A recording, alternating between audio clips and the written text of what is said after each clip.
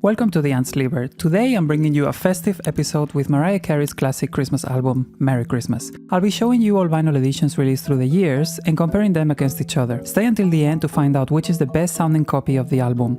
And if you're interested in vinyl comparisons, check out the video I did on Whitney Houston on the link above. And don't forget to subscribe for more vinyl content.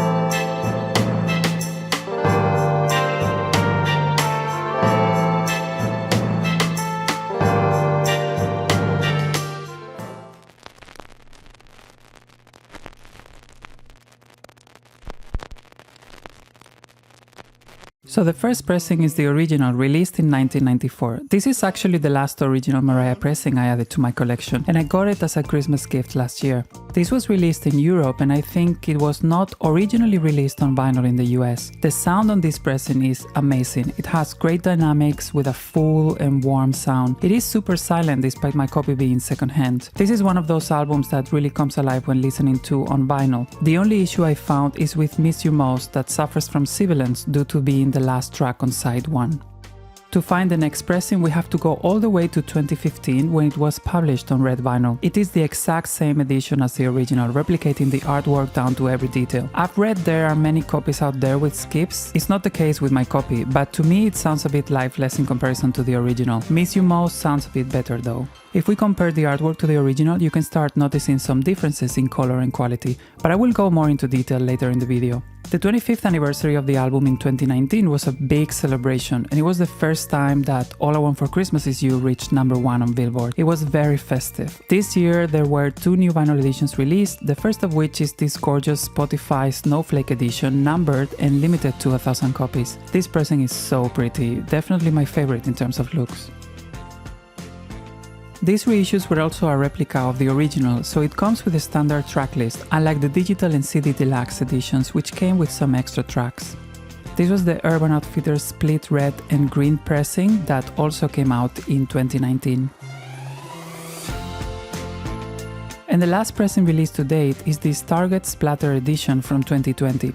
Once again, a replica of the original. However, all these pressings have noticeable differences both in the color of the sleeves and sound quality. So let's find out those differences.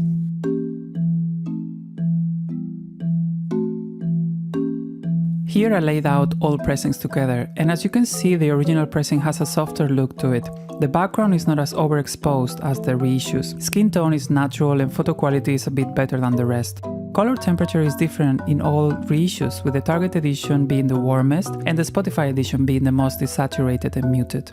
This change in color temperature is also noticeable throughout the whites in the back cover and the inner sleeves. Now the important part, how do they actually sound and how do they compare to each other? I already mentioned that the original pressing has great dynamics.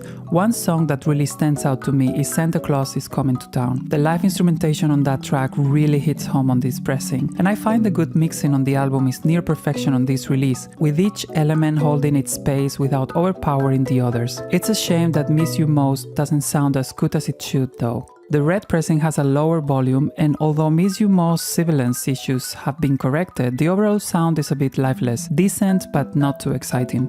Then the Snowflake edition, I found it sounds a bit better than the red pressing, but it's still lower in volume than the OG. The red-green split pressing has surface noise, and here the inner groove distortion is the worst out of all of them. Christmas, Baby Please Come Home, and Miss You Most sound particularly compressed. These new reissues likely came out of the same master plate, so all these differences are quite small. Lastly, the 2020 pressing from Target recovers some of the volume that the original pressing had, but other than that, the sound is pretty similar to the red and Snowflake editions. So if I had to do a ranking only considering the sound quality, I would put at number 5 the red-green split. Truly the only one here I would advise you not to buy. At number 4, the red pressing. The Target Splatter at number 3 and the Snowflake edition at number 2, with my number 1 being the original pressing just because of how great it sounds. 2024 is the 30th anniversary of the album, and I am 100% sure it will get a deluxe reissue with bonus tracks. I hope that it includes the Saint John the Divine concert, as I love it, along with some remixes like the essential So So Def remix of All I Want for Christmas Is You. So if you're not a Mariah collector and still don't have this album, I would wait to buy it until the 30th anniversary reissue comes out, as it may be remastered for the occasion. What are your hopes for the 30th anniversary edition, and which tracks do you love most about this iconic Mariah album? Let me know in the comments, and as always, please like and subscribe. Thanks for watching, see you next time.